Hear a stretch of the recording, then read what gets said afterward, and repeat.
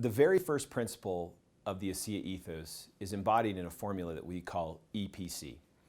And the E2PC formula has been something we've been teaching really since almost the very first meeting we ever hosted in a field environment. Let me describe it quickly to you. E2PC is a formula that compares the relationship with our motivation and commitment to ego and economics, our commitment to principles, and compares that with our commitment and motivation to build capacity, which is the C part. And in order to measure this formula, we put it into a graph, measuring on the y-axis from 0 to 9, your motivation and your commitment. And on the x-axis, we take a look at each of these dimensions: ego and economic, principles, and capacity. What happens if someone's ego and economic motivations, that is their desire to gratify themselves, to be recognized, and to make money, is a 5 on a scale from 0 to 9? Good or bad? In my model, in this formula, I don't know. To me, it's too early to tell. What we do need to understand first is what's their motivation and commitment on a scale from 0 to 9 to principles. Now, what are principles? Principles are concentrated truths that can be applied to a wide variety of circumstances. Principles are honesty, humility, civility, hard work, ethics, integrity. All of these words are concentrated truths that apply at home, the office, in the community, in your country, wherever you are. And if I find that someone's commitment and motivation, as measured on the y-axis of our graph, is an 8 to principles or truths compared to a 5 in ego and economics, to me that's a healthy ratio.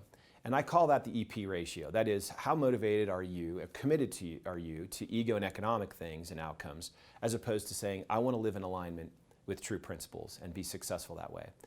Now, that EP ratio is also something I refer to as motive management.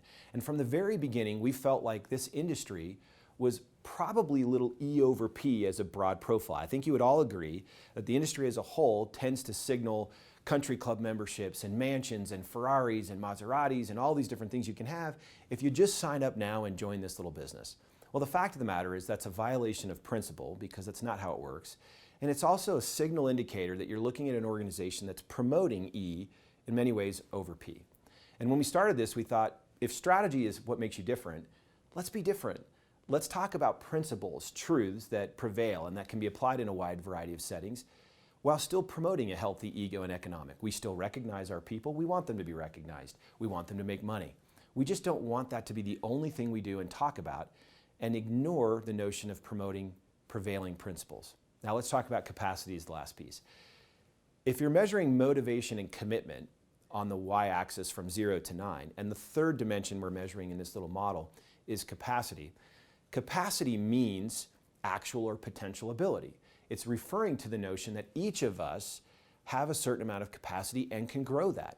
If I have a bottle of water that's a 16-ounce capacity, but only has 2 ounces in it at this time, the capacity still is 16, despite the fact that it only has 2 ounces. So people are the same. We have an unlimited amount of capacity or potential, and maybe some of our actual ability at this time is a little bit lower. This E2PC formula says that, similar to principles, we should have a high score of motivation and commitment to building our capacity, making ourselves better over time. In fact, the target score for me has always been a 5, 8, and 8. That is, a 5 in motivation and commitment to ego and economics. I want to make a good living. I want to be recognized for my efforts and do good things and achieve good things. But my commitment to principles is an 8. And having an 8 says, I'm more committed to living in alignment with principles than I am necessarily just to making money. The last number for me is an 8 on capacity, so the target score is a 588. And what that means to me is I want to do better, I want to be better, I want to grow and develop my own abilities and constantly be striving and reaching for more. Now, a quick word on why it's not 9 scores, the highest principle and the highest capacity score. Well, I think you'd all agree, we can all learn more, we can always get better. We can always learn new principles and apply them more effectively in our lives. And the delta between 8 and 9 on both principles and capacity, for me, says, hey, never suggest to yourself that you're already a 9. There's always room to continue to grow. Now, this little formula, for years I've had in a maxim or a saying that kind of carried the day for me, which was keep E under P, manage E under P, and drive up C.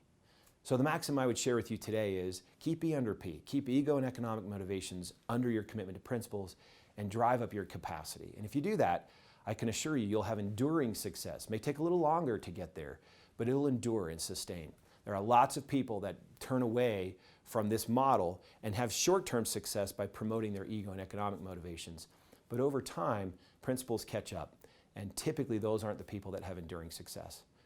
Okay, so in summary, let me just take a minute and summarize EPC. What does EPC really mean? Well, EPC means manage your motives. Never let your ego or economic motivations trump your commitment to living in alignment with true principles.